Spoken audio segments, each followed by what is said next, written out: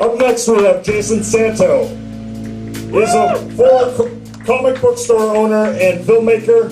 He rather enjoys beer and Star Trek and double entendre. And if a woman sheds a piece of clothing, he's proud to inspect it.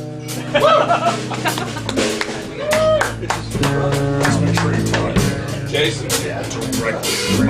Shelf over there with you. Over there.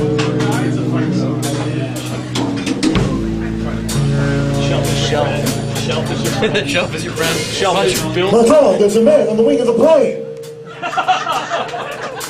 I'm kidding. Joy! Ladies and gentlemen, I'm here tonight to share with you a long little piece of prose that I wrote called My Son's Middle Name Kicks Your Son's Middle Name's Ass. I don't think so. No, it does. Alright, a little quick backstory here on this particular 5-year mission.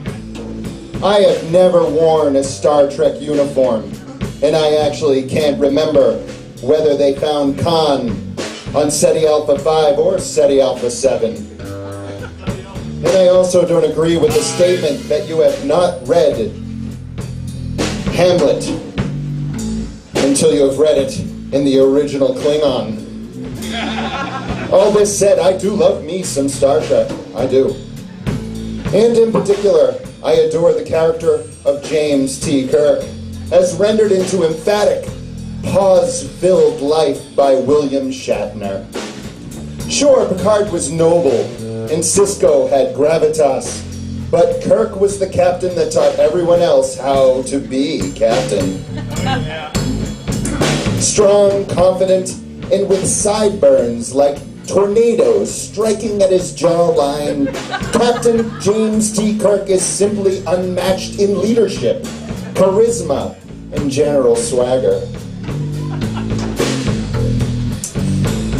My appreciation of Kirk was magnified considerably by my wife's unwavering affection for him. Like me, she didn't attend cons, argue breaches in the Prime Directive, or complain that the Nexus in Generations was a weak plot device. Yet her appreciation of Kirk's outright refusal to lose led her to say on more than one occasion, God, he rules. Indeed, he does rule, and he rules over everything. Over computers, like when he faced the no-win situation of the Kobayashi Maru while in Starfleet Academy and cheated by rigging the simulator so he could win. Over the ladies, like when he showed up in the 1950s and got Liz Taylor to fall in love with him after 2 dates. And even over death, as he sacrificed his life not once, but twice to save countless others. Eat your heart out, Spock. One death just doesn't impress when Captain Kirk's on the bridge. So yeah, I know I love James T. Kirk. Hell, I love Kirk so much that I watched just about everything William Shatner acts in. I lost my place. Well, it's not, but what? Are you serious? I better get to the point. Real quick. Ladies and gentlemen, the reason that I'm talking about James T. Kirk so much tonight is because during the middle of my wife's pregnancy with our first child, little JT, I realized just how deep my love went. Because with little JT, there was this.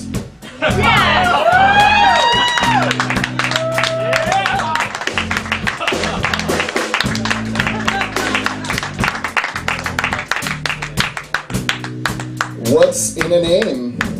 That which we call Tiberius by any other name would be as kick-ass? No, I don't think so. So I must say, his mother and I are kind of proud of the situation that's sort of arisen since we announced that his full name is Justin Tiberius Santo. People responded in a very unique way. On Facebook, all sorts of starship references from friends and family, one of which even remarked on my own ears, which are generally Spock-like in their design. A nice double point reference for that person. But none of this name business seemed particularly out of the ordinary for us. Because, you know, we had figured long that we were going to call him JT. And there was really no other T name that really fit. Timothy, not strong enough. Thomas, sorry, no. Tiberius. It sounds like something you would say when you pick up a house and throw it. Tiberius! The only problem with a name like Tiberius is you can't actually explain it any other way than to say, yes, I based my son's name on a 50-year-old franchise and a character therein. But you know what? I don't mind.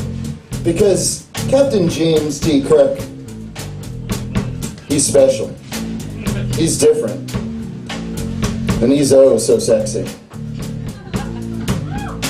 So ultimately, everything really does come back down to William Shatner. Without his portrayal of Kirk as a fearless outer space pioneer and intergalactic Lothario, it's unlikely my wife and I would ever have considered the name Tiberius. Because Kirk on paper is arrogant, he's presumptuous and brash. He needs Shatner's genial charm and sly playfulness to keep him in good standing with the audiences. And yet then he also sprinkles in his swashbuckling brand of courage, genuine sentiment. Is that a time? Am I at time? Wah, wah. I'll just end with... Ending? Thank you. All right. And as I think about it now, I wonder if it's Shatner Kirk's courage that rubbed off on me and my wife in naming our boy. No doubt he'll face adversity, but I think when he learns what his name comes from, he'll realize how cool it really is, and how cool it makes him in his parents' eyes. And that, my friends, could very well be his first step in boldly going where no one has gone before.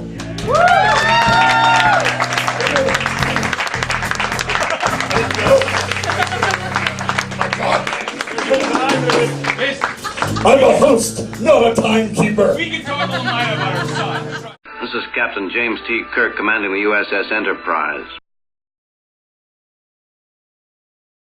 Right.